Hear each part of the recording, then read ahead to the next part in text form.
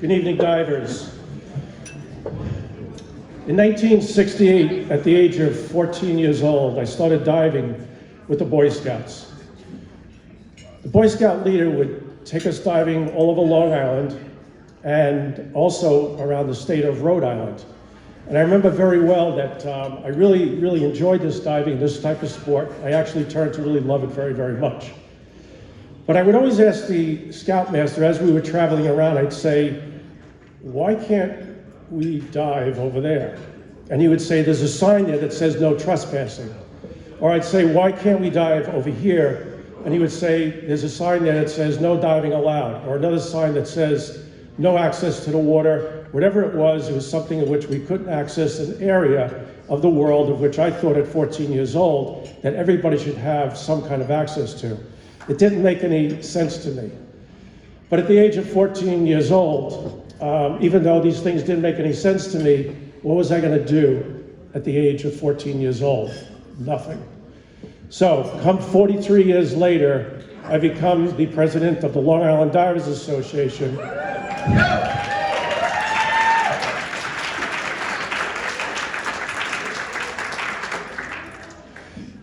President of the Long Island Divers Association, and now I've got the power to do something about that. So, the mission of Long Island Divers Association is very simple. It's protecting divers' rights and gaining access to the aquatic environment.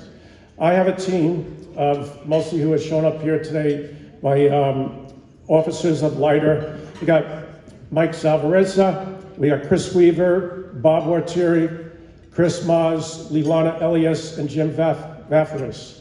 We also are standing on the shoulders of those who are before us, like Janice Raybar, Steve Burke, Edith Hoffman, and working with the governments throughout this area of these different places, we're able to build legacies that will last and outlast every single person that's in this room.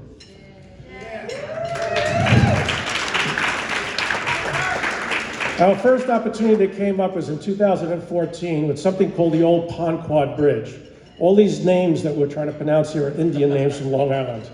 So the Old Ponquod Bridge was by far the best shore dive site on Long Island. But right before that, we got experienced what's known as Hurricane Sandy. Hurricane Sandy caused a lot of damage to that bridge. The town of Southampton was intent on removing the entire bridge.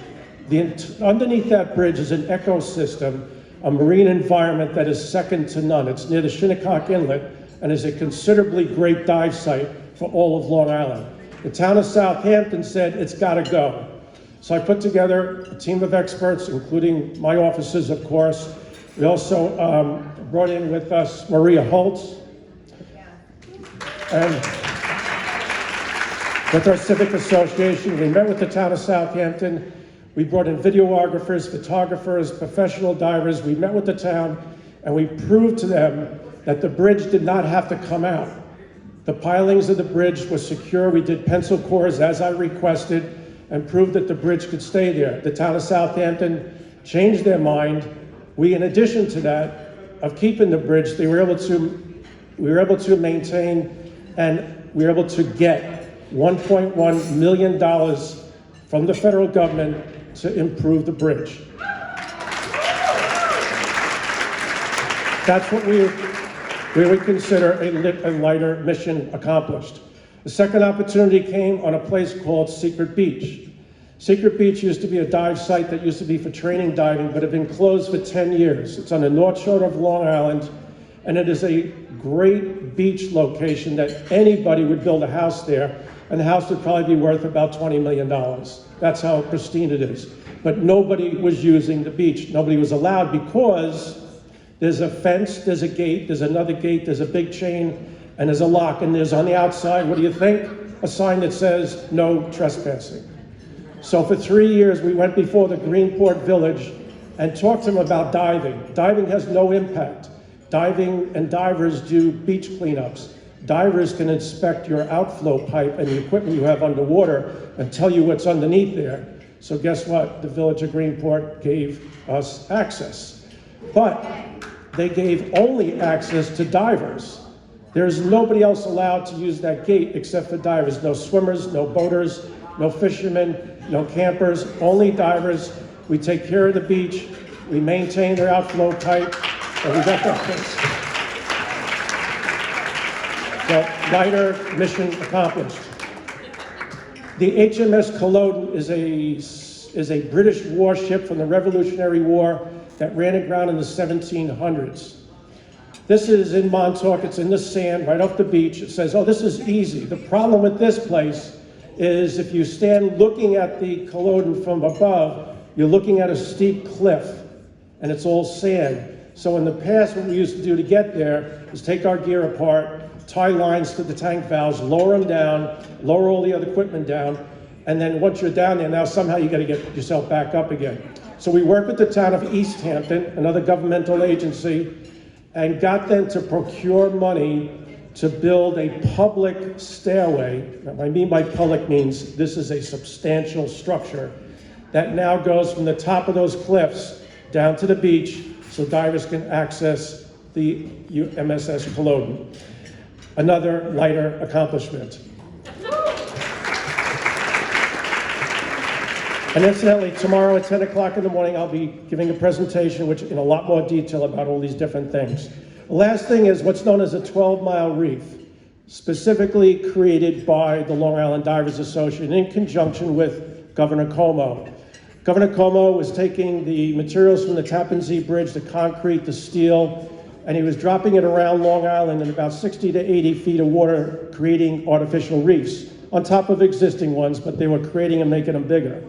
I met with Governor Cuomo several times on the vessel, these fishing vessels. They would take us out and Cuomo would see the materials being dropped off the boat and all the other politicians are there. And one day, somebody that works for him said to them, you really need to speak to this guy over here, Barry. So I met with him at the bow of the boat. He told everybody else to leave and he said, I'm glad I met you. I don't know who you are, but I don't know anything about diving. What do you guys need? What do you want me to do? And I said, I'll tell you what to do. I want you to drop your materials 130 feet of water 12 miles out. And he looks at me and says, why would you want to do that? So I gave him the typical answers that advanced divers would know and what to say about the depth of water as opposed to the shallow water and all the advantages of all the depth of water there. Governor Cuomo did exactly what we asked him to do. Lighter, mission accomplished. So what Lighter is all about is taking down one no trespassing sign after another. Lighter is about conserving Long Island dive access for future generations. Lighter is about building legacies that will last forever.